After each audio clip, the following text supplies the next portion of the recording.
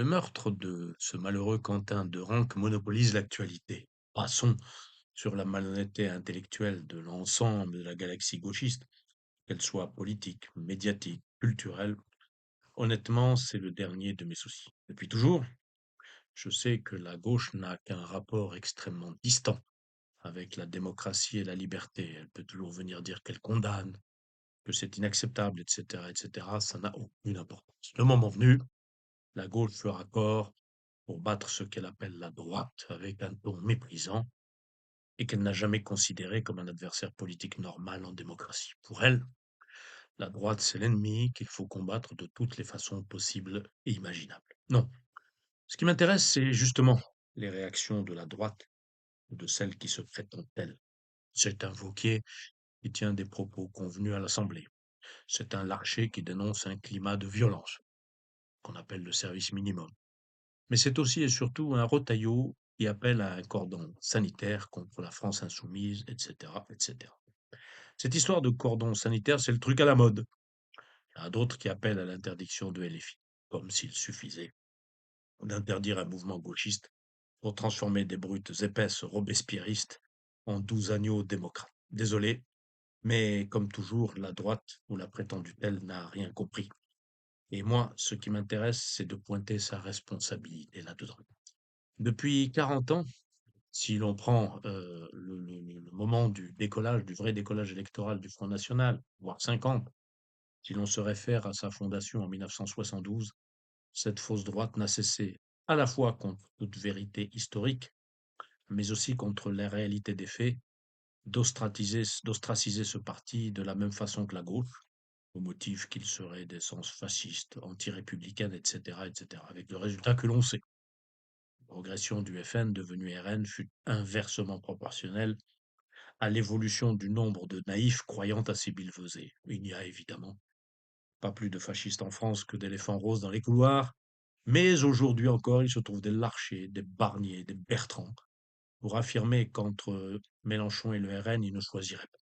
Savent-ils que, ce faisant, ils légitiment la violence des assassins de ce malheureux jeune homme, M. Darmanin, ministre de l'Intérieur à l'époque, sait-il qu'en dissolvant Génération Identitaire, qui n'a jamais blessé quiconque, il légitime les méthodes de LFI? Macron sait-il qu'en dissolvant 17 organisations dites d'extrême droite contre seulement 2 d'extrême gauche, il fait la même chose?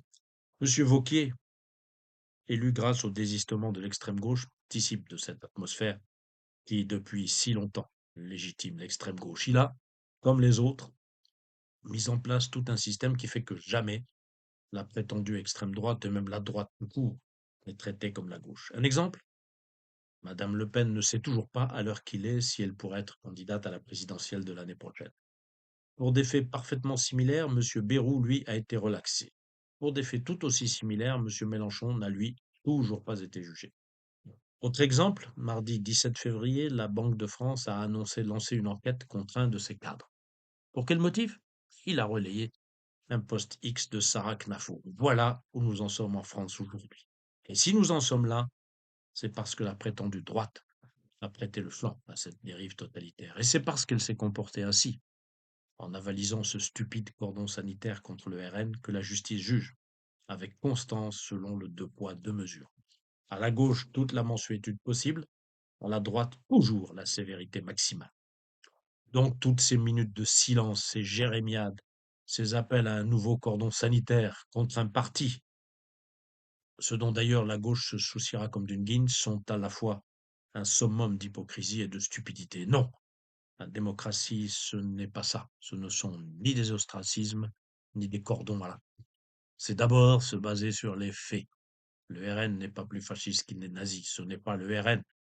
Et encore moins les nouveaux partis apparus, l'UDR, Reconquête, voire Debout la France, ostracisés par les bien-pensants, qui menacent, agressent, interdisent des meetings, demandent des fermetures de chaînes de télévision, et maintenant roue de coups un brave garçon venu au secours de frêles jeunes filles qui, justement, elles, sont menacées matin, midi et soir par les gauchistes et leurs alliés.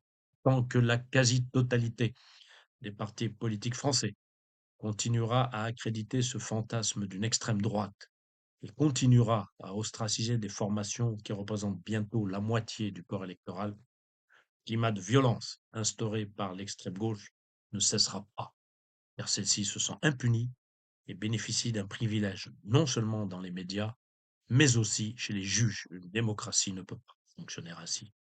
Cordon sanitaire n'est que la formule destinée à pérenniser le pouvoir intellectuel de la gauche. En ostracisant LFI, plutôt en faisant semblant de le faire, on légitime des aussi gauchistes qu'eux, les Verts pour commencer, mais aussi les socialistes et les macronistes qui, au pouvoir sans discontinuer depuis 14 ans, se sont attaqués aux libertés individuelles comme jamais personne avant eux. Moi, je n'ostracise personne, mais je combats toute la gauche, y compris celle déguisée en extrême centre, mais qui détruit la France pierre par pierre. Au revoir les amis.